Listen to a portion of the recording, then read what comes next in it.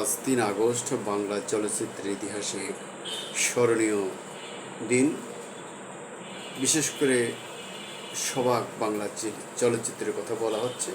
7 দশক আগে 1956 সালে তৎকালীন পূর্ব পাকিস্তানে নির্মিত প্রথম পূর্ণদৈর্ঘ্য বাংলা সবাক চলচ্চিত্র মুখ ও মুখোশ ঢাকা রূপমহল প্রেক্ষাগৃহে মুক্তি পেয়েছিল। এই ছবির হাত ধরে সূচনা ঘটেছিল বাংলাদেশের চলচ্চিত্র শিল্পের, যা পরবর্তীতে টলিউড নামে বিশ্ববাসীর কাছে পরিচিতি লাভ করে।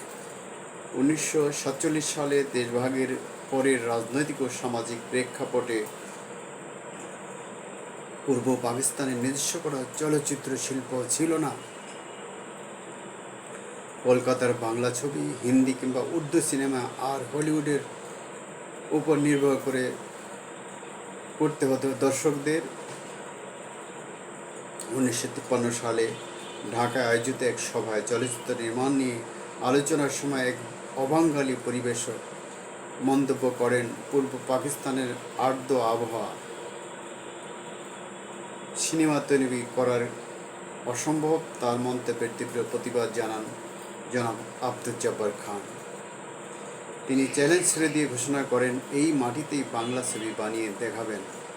সেই জেদ ও সাহসিকতা পরবর্তীতে পাল্টে দেয় এদেশের ইতিহাসের ধারা, বিশেষ করে সিনেমা সংস্কৃতির অঙ্গনের ধারা। তবে সে সময় পর্দায় কাজ করার মতো নারী শিল্পী পাওয়া ছিল অত্যন্ত দুরূহ কাজ। তাই সংবাদপত্রে বিজ্ঞাপন দিয়ে অভিনেত্রী খুঁজতে হয়েছিল। পাশাপাশি ছবি বানানোর মতো প্রাতিষ্ঠানিক স্টুডিও, দক্ষ কলাকুশলী ও আধুনিক যন্ত্রপাতি কোনো কিছুই তখন ছিল না।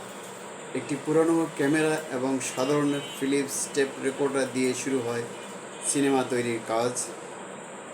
সিনেমাটি নির্মিত হয়েছে জব্বার খানের লেখা জনপ্রিয় নাটক ডাকাত অবলম্বনে।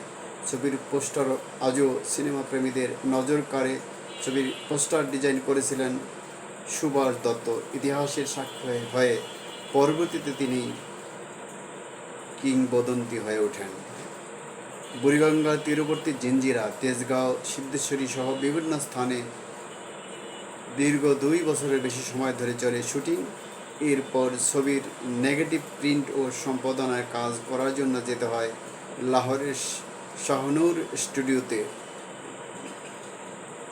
1954 সালের আগস্টে হোটেল শাহবাগে, যেটা বর্তমান পিজি হাসপাতাল, জাঁকজমকপূর্ণভাবে ছবিটির মহরত অনুষ্ঠিত হয়েছিল।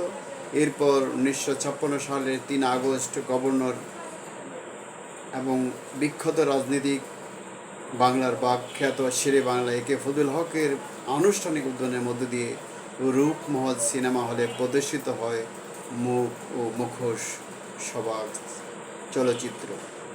ছবির সঙ্গীত পরিচালনা করেছিলেন সমর দাস আর কণ্ঠ দিয়েছিলেন আব্দুল আলিম ও মাহবুবা হাসনাত।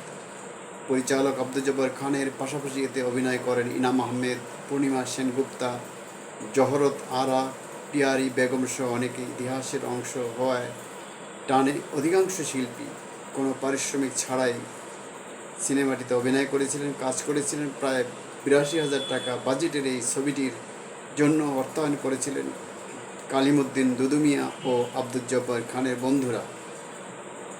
7 দশকের দীর্ঘ পথপরিক্রমায় টলিউড দেখেছে সোনালি দিন এবং দুর্দিনের নানা অধ্যায়। এক সময়ে 1700 সিনেমা হলের গৌরব আজ অনেকটা ম্লান। বহু সিনেমা হল ভেঙে ফেলা হয়েছে, মাল্টিরেস্টেড বিল্ডিং করা হয়েছে।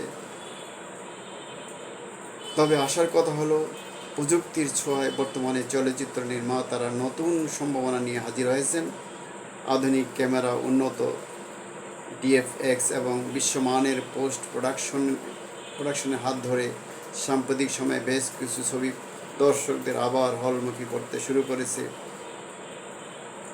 ধন্যবাদ সবাইকে। ডিবেট উইথ নানা এবং নিউ বাংলা টিভির পক্ষ থেকে আপনাদের স্বাগত ও শুভেচ্ছা। আমার এই চ্যানেল দুটোকে লাইক করা, শেয়ার এবং সাবস্ক্রাইব করার জন্য অনুরোধ জানাচ্ছি, যাতে আমি একটি নতুন ভিডিও তৈরি করার প্রেরণা লাভ করি। আমাদের নতুন করে দেখা হবে নতুন কোনো বিষয়ে, নতুন কোনো এপিসোডে। ততক্ষণ পর্যন্ত আমরা সবাই ভালো থাকতে চাই।